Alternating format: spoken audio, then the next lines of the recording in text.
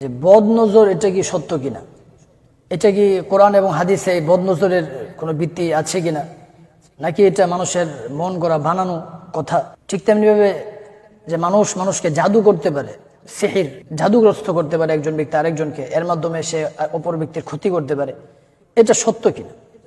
আমাদের সমাজে এক শ্রেণীর মানুষ আছে, ওনারা মনে করেন যে এটার মনে হয় একেবারে কোনো ভিত্তি নেই, এটা মানুষের মন গড়া বানানো। কিন্তু এই কথাটা, এই চিন্তাটা একেবারেই ঠিক না। রাসূল করিম সাল্লাল্লাহু আলাইহি ওয়াসাল্লাম বলেছেন যে আল আইনু হাক্কুন, বদনজর এটা সত্য। মানে কোনো ব্যক্তির খারাপ নজর, দৃষ্টি আরেক ব্যক্তির উপর পড়তে পারে এবং এই দৃষ্টির কারণে অপর ব্যক্তির অনেক ক্ষতি হতে পারে। এখন আমাদের বিশেষ করে ছোট ছোট বাচ্চা ছেলে মেয়ে, তাদের বেশিরভাগ দেখা যায় যে তাদের অনেক সময় অন্যের বদনজর লাগে। অনেকেই আমরা বদনজর থেকে বাঁচার জন্য বাচ্চাকে টিপ দিয়ে থাকি, এটা ঠিক নয়। বদনজর থেকে আমরা কিভাবে বাঁচবো? হাদিসের ভিতরে এসেছে যে কোনো ব্যক্তি যদি কোনো ছোট বাচ্চা এরকম শিশুকে দেখে খুব বেশি অবাক হয়, খুব বেশি তার খুব সুন্দর, এরকম সুন্দর বাচ্চা দেখিনি, এরকম ভাবে বলে এবং তাকায়, এবং তার অভিভাবকের যদি মনে হয় যে নজর লেগে যায় কিনা, এরকম আশঙ্কা হলে অভিভাবক মাশাআল্লাহ, তাবারাকাল্লাহ এগুলো পড়বে। এগুলো পড়লে রাসূল করিম সাল্লাল্লাহু আলাইহি ওয়াসাল্লাম বলেছেন যে আশা করা যায় ইনশাআল্লাহ এই বদনজর এই বাচ্চার উপর পড়বে না এবং ওই বাচ্চার কোনো ক্ষতি করবে না।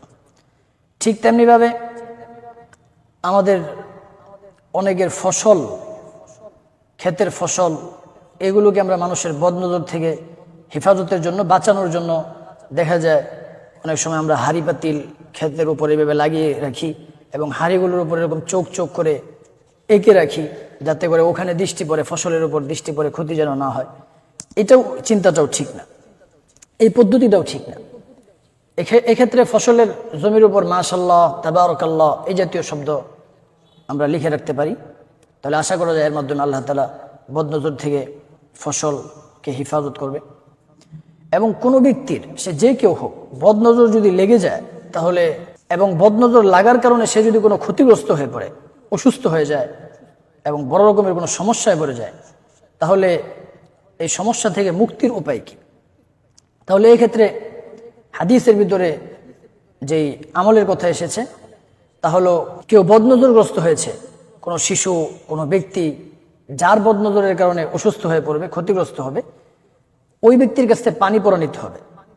ওই ব্যক্তির অঙ্গ ভিজানো পানি, হয়তো হাত ভিজানো পানি, অথবা মুখ ধোয়ার পানি, অথবা একটু পানি পরা দিয়ে হাতটা ওখানে একটু চুবিয়ে দিল, এরকম তার কাছ থেকে পানি পরা নিবে। ওই পানি পরা নিয়ে যার উপর নজর লেগেছে তাকে গোসল করাবে, তাহলে ইনশাআল্লাহ আশা করা যায় তার বদনজর কেটে যাবে এবং বদনজরের কারণে যে সে ক্ষতিগ্রস্ত হয়েছে এবং অসুস্থ হয়েছে, সেই অসুস্থতা তার দূর হয়ে যাবে। হাদিসের ভিতরে এইভাবে এসেছে। আর পানি পরা নেওয়া যদি সম্ভব না হয়, তাহলে ওই ব্যক্তি যেখানে বসবে ওই জায়গাটা কোনো কিছু দিয়ে মুছে, ওইটা পানি দিয়ে ধৌত করে ওই পানিটা যার উপর বদনজর লেগেছে তার উপর ঢেলে দিবে অথবা তাকে গোসল করাবে।